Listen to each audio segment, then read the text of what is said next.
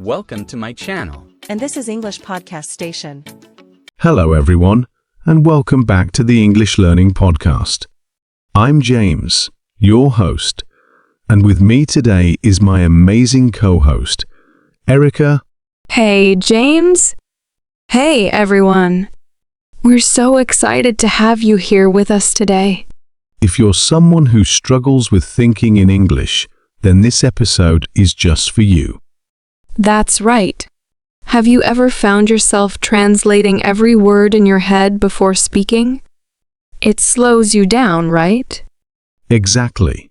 Many English learners face this problem. They think in their native language first, then try to translate into English.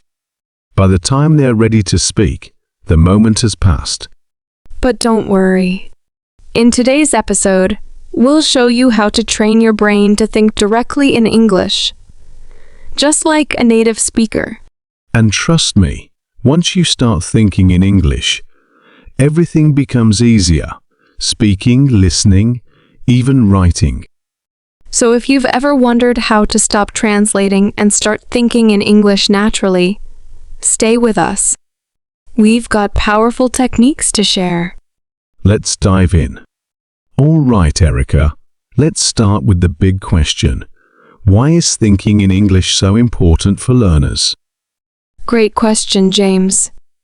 The truth is, if you always think in your native language first, and then translate, you'll never speak fluently. It creates a delay, right? Your brain works twice as hard, first forming sentences in your native language, then finding English words.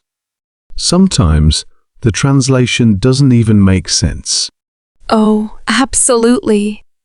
Like if someone translates "I am cold" word for word from another language, they might say "I have cold," which sounds unnatural in English. And that's why thinking in English helps so much. It trains your brain to form sentences the way native speakers do without translation. Let's talk about confidence too. When you think in English, words come faster. No more long pauses to translate. Another big reason? It improves listening skills. Your brain processes English conversations faster. That's so true. Even with movies or music, you'll recognize words instantly instead of translating. And Erica, let's not forget thinking in English helps pronunciation. Good point. When you think in English, you hear native sounds in your head, which helps you speak clearly. So to summarize, thinking in English helps you speak faster, boosts confidence, improves listening, and sharpens pronunciation. Now, you might wonder, okay, but how do I train my brain? Don't worry, we'll break it down step by step. Now that we know why thinking in English matters, let's talk about what holds people back. Yes, many learners make these mistakes without realizing it. Fix them, and your fluency will improve fast. Mistake 1. Relying too much on translation. If you always translate first, your brain never learns to think in English directly. It's like riding a bike with training wheels forever. You need to trust your brain to form sentences naturally. Mistake 2. Overthinking grammar. Native speakers don't analyze every rule while talking, they just speak. And guess what? Even natives make grammar mistakes sometimes.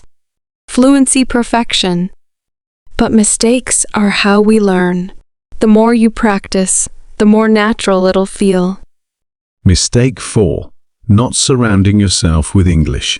If your daily life is full of your native language, your brain won't switch.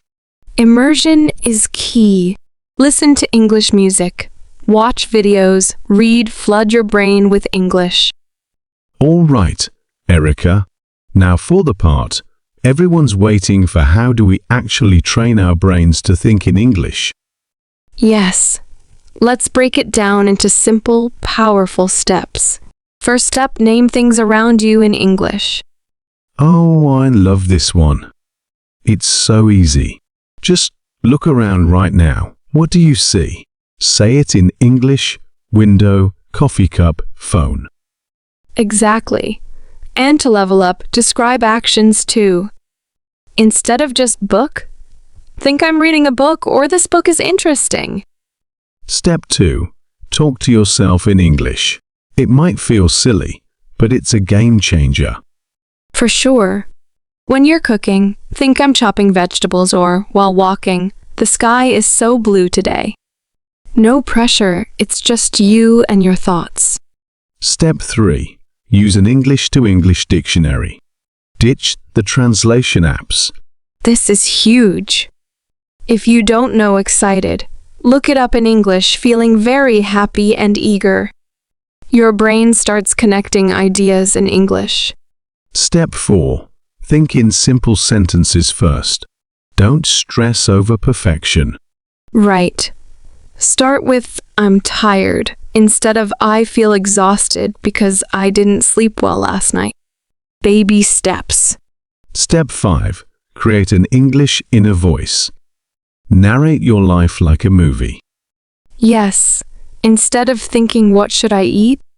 In your native language, switch to English? Maybe pasta for dinner? And finally, step 6. Surround yourself with English.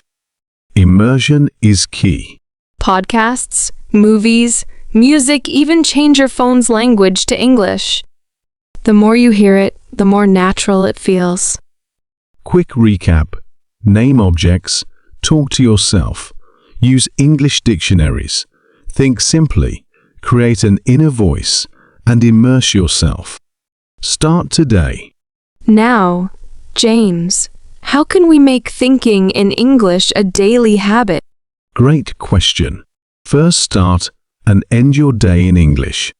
When you wake up, think today, I'll practice for 10 minutes, or I feel rested. And at night, review your day. I finished my work, called my friend, and watched a funny video.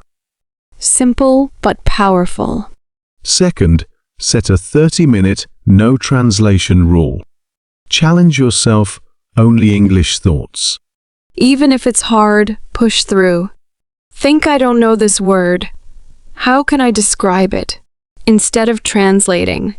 Third, talk out loud in English daily. Describe your actions like you're on a cooking show. Now I'm stirring the soup.